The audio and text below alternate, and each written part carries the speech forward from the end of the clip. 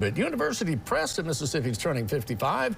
They're celebrating with a book fair at Urban Foxes this coming Saturday. And joining us to talk about the event is M.E.D. Sprayberry.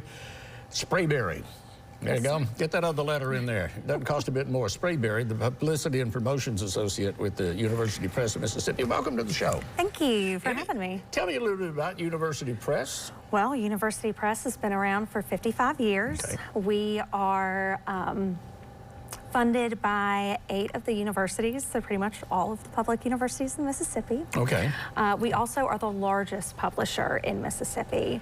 And while we do a lot of scholarly work, we also have a wide range of subjects such as film, pop culture, comics, you name it. We've got it. Are all of your writers from Mississippi? They are not. Oh, okay. So they can be from all over. We have some that are in Canada. We have some that are over in England. We've got them in Georgia. So it's really about what they're writing about and how it fits in with our goals and our themes with the University Press of Mississippi. Kind of give me an example of what are those goals and themes and things like that. So if I write something and bring it to you, I want you to accept it. Well, like Dee Rushing, she did her book on the first winery in Mississippi. It was a memoir. No longer do they live in the Delta. As the title says, Delta in the rear view mirror. Yeah.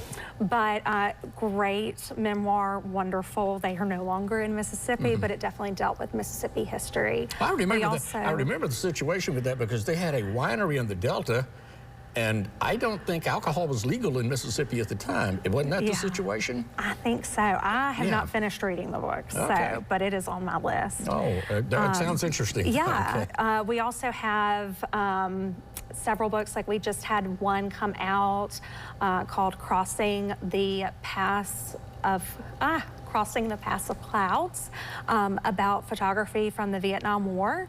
So it's a photographer who documented his time over there as a war correspondent and has put out a book about it. We also have one coming up called Stand the Storm, and that deals with how HBCUs were funded through the use of choirs and singing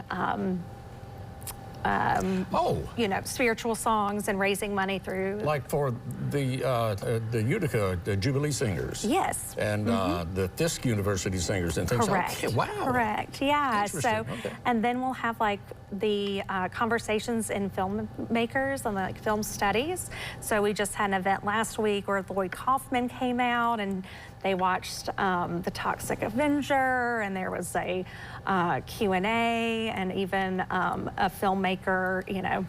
Oh, that's interesting. Yeah, so Tell me about this event coming up this weekend. All right, okay, so celebrating 55 years, you got a big book festival. Yeah, so when we turned 50, we were supposed to have a huge fundraiser, but COVID, of course, you know, put that to a stop. But so this year we really wanted to do something special with it being 55, and a lot of us are very much in our kind of nostalgic years.